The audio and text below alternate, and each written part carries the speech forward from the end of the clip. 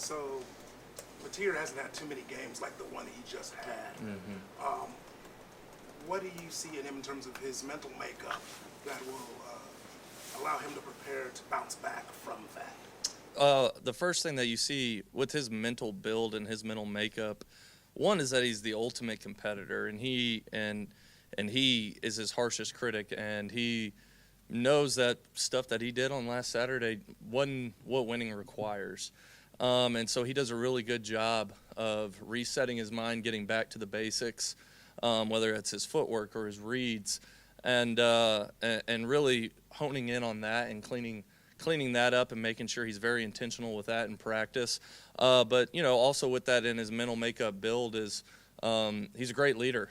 He had great juice yesterday at practice, and he owns anything that might not go the offense's way, whether that's his fault or not. And I think that's a really good characteristic in a young man and a leader. And so his mental makeup is strong, and I'm excited to watch him attack this week of work. Ben, you're still wanting to make some improvements in the running game, and I know that tight ends have been a big part of what you've done, but with some of the inconsistencies there, what are some of the ways you can try to help this offensive line and the running game as a whole kind of get online and get to where you want it to be? Yeah, I think it's just consistently, one, you got to work the strain and you got to work the finish in practice. The game day is just kind of the finished product, but it's everything that goes into the week that I think we can continue to develop and build on and get better at and demand execution and strain, not only from those guys up front, but from everyone on the offense, whether it's the receiver catches a pass in practice and we burst 5 yards down the field trying to find a block, or you're holding on to the block just a little bit longer. Just that little bit more, that little bit longer strain can make the difference in a lot of different plays, and the run game's no different. And so we have to keep on demanding it. The kids have to demand it out of themselves. The leaders that we have to demand it from everyone, but also be the standard of what we do. And so I think that's one way that we can continue to get better at it. With Derek Simmons exiting the game pretty early on, and I know you guys kind of have some mounting injuries there at the offensive tackle spot. How much of a concern is the depth there kind of midway through the season, and what can you kind of do to manage those things when you have so many guys that are dealing with injuries? Yeah, it's football, right? Everyone's going to get hurt. I think there's a lot of people around the country who are probably a little bit banged up. The biggest thing that we can promote is the next man up mentality, and the standard doesn't change just because the next man's up. You have to find different ways as a coach to put those guys in position to be successful, help them out if there needs to be some help somewhere. But it's the next man up mentality, and so you have to continue getting guys back and healthy, and that comes from their process and recovery. But you have to find creative ways in practice too to make sure you're getting what you need to get done at the standard you need to get done, but ultimately not just working the absolute dog out of someone too. So I think there's a artmanship to it, a craftsmanship to it, and we have to continue working that. But it's next man up mentality. Yeah, Ben, creative use of Stone and Jaden Jackson with your offense. Where'd that come from, and any further ideas on using more defensive guys in special situations? Yeah, absolutely. I think with what we were seeing in short yardage, I thought being able to bring in two bigger bodies who are really explosive, strong guys, would be to our interest, but it speaks to those kids too. Not only are they having great seasons, are they great players, but everything in the 10 and a half, 11 months since I've been here, like those kids are hard workers. They're great kids to be around. They're physical as can be, and they work in such a way that it builds trust. Like here I am, I'm an offensive coach, and I see them from afar, and I'm like, I like those guys. And so they loved it. They had a lot of fun with it, and they did a great job with it too. So, but just being able to get good football players in good position to be successful. Has Brent looked at any of your offensive guys and said the same thing? I don't know. Defense is a little bit trickier deal right there, but who knows? Maybe. tailbacks that played against Texas only rushed for 42 yards. You've got a guy in Jade Knott who went for over 1,300 a couple years ago at Cal. I guess I could be asking this about Javonte or Taylor Tatum or some other guys that haven't seen the field as much, but what is it about Jaden that is keeping him off the field? What could potentially be done to get him out there more? Yeah, I think it comes from a game-by-game basis, but with Jaden, it's not necessarily anything that he's doing wrong. It's what a lot of guys are also just doing right and being really consistent with. I've said it a million times. I think Jaden Knott is a great kid, and he is talented, and he works really, really hard.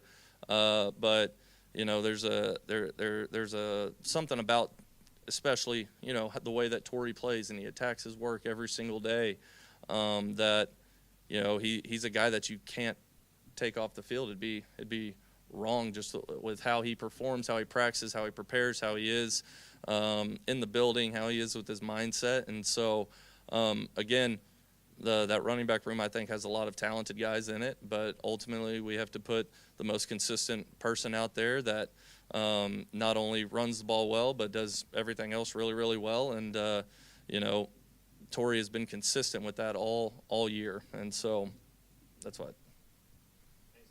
We've seen Elijah Thomas get out there and make some plays on special teams. I Yeah. know you got a lot of guys that you trust at receiver, but what have you made of his progression, and what do you feel like you need to see from him to get him some more snaps on offense potentially? Yeah, first off, with Elijah Thomas, every time I watch special teams, I'm just looking for where he is, because he flies down the field. He's assignment sound. He's excited to be out there, and he makes plays, and that's a credit to him, and that's a credit to Coach Deacon putting him in a position to be successful.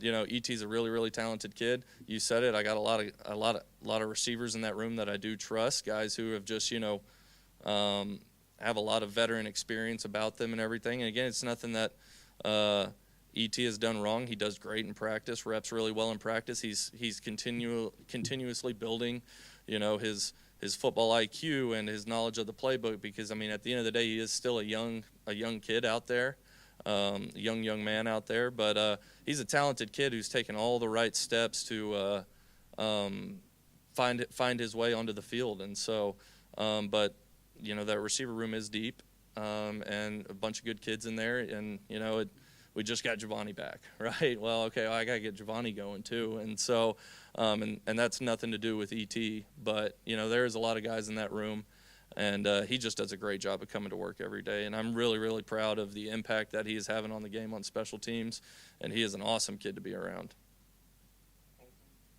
And Brett talks a lot about this, one possession, one score lead. Yeah. I'm just curious, does that change your offensive mentality at all? And in the midst of these games, when you're struggling to run the ball or struggling to block, what are some things schematically, I guess, that you can do to sort of help that? Yeah, it is a one-possession league. I think when you look across the conference as a whole, every conference game, maybe not all of them, but a vast majority of them are one-possession games. The biggest thing in this league, and my approach to the mindset, and it's the approach that I've had everywhere, is you have to be complementary with your defense. And I think we have a very, very talented defense. So any way that I can help them out, I'm going to. Is there things that we can do on offense that maybe we've been inefficient in some areas, or we just had some execution errors, or we've had some self-inflicted wounds? Absolutely. But at the end of the day, you got to be complementary with your defense in order to win in this conference, because it is a one-possession league, and I don't see that changing. Yeah, Ben, I'm wondering about your running back rotation. Who ultimately, I guess, makes that decision of who's in the game? And you mentioned Torrey earlier. Do you feel like he's your guys' go-to back at this point?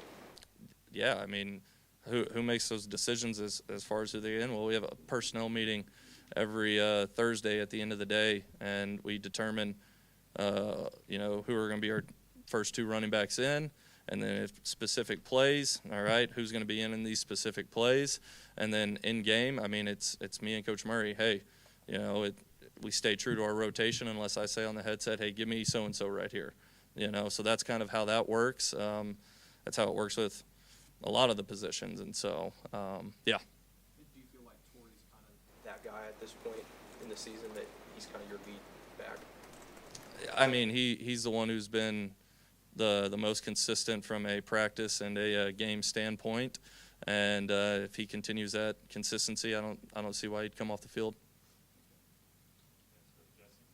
Ben, you talked about John. He mentioned after the game on Saturday his thumb was okay, but his eyes weren't always in the right spot. He just wasn't seeing things. When he has maybe a rare lapse like that, do you kind of work with him through the week to get his eyes back in the right spot, or do you kind of trust that he can self-correct and fix some of those issues?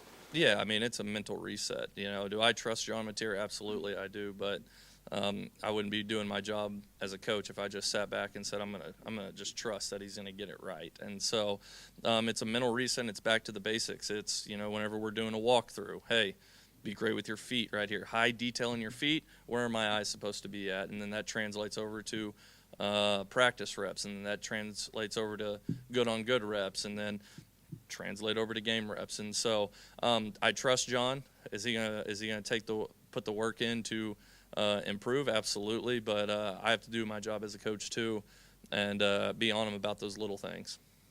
Yes, sir.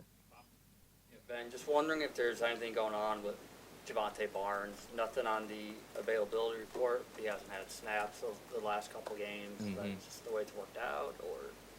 Yeah.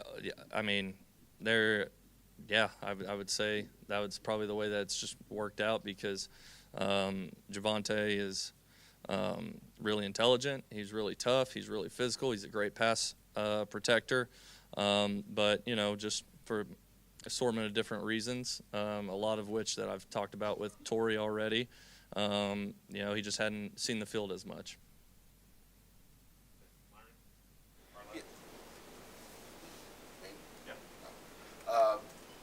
When you're struggling to run the football like you've been, how difficult is a play caller, and do you get into situations where you're even going deeper in your playbook, or you spend the weeks trying to figure out different things in terms of even design plays just to try to make up for that? Just how difficult is it when you're not able to be consistent? Yeah, I think whenever you're in the flow of the game, establishing the line of scrimmage and being able to run the football, I don't know if it's a secret. It makes a lot of things a lot easier. One, it puts the defense a little bit more, in a compromising position, especially from like a safety's eyes and linebacker's eyes and their position and everything, so it can make things a lot easier. But whenever you talk about that specific situation, you have to look back and you have to say, okay, what are we? What are we good at? What can we emphasize, and what can we really build upon? That way we have a lot of confidence moving forward whenever we do decide to, hand the ball off. But like you said, being able to run the ball makes football a lot easier from the offensive side of things. And, we're working, every single day to get better, improve the mindset, the mentality of what it takes to run the football.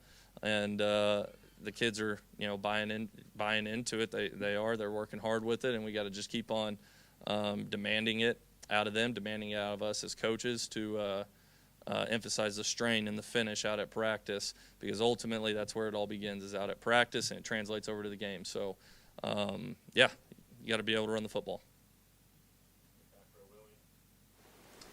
John Mateer's had quite a couple of weeks. He's Yeah. got surgery, he's flying, trying to get back, and then you lose a huge game like that to Texas. What's your message to him as he tries to rebound? This schedule is not getting any easier. It's a crazy couple of weeks coming up. What's your message to him? Yeah, one, stay true to who you are, stay true to the process that has gotten you to where you have been in life and as a player, and don't listen to the outside noise, because that's not, that's nothing pertaining to you. Stay true to who you are, stay true to who you are as a leader, bond, connect, and continue to build all your relationships with your teammates, strengthen those as much as you can, because ultimately those are the guys that matter. And the awesome thing is the support that those guys have shown John, that's one thing I love about this team, is these kids have each other's back. And there was zero flinch after that game from those kids, from John Mateer. But that's the biggest thing you can tell them, is you got to stay true to who you are. Fall back onto your basics, because basics win. Basic footwork wins. Basic timing wins. And you just got to be you.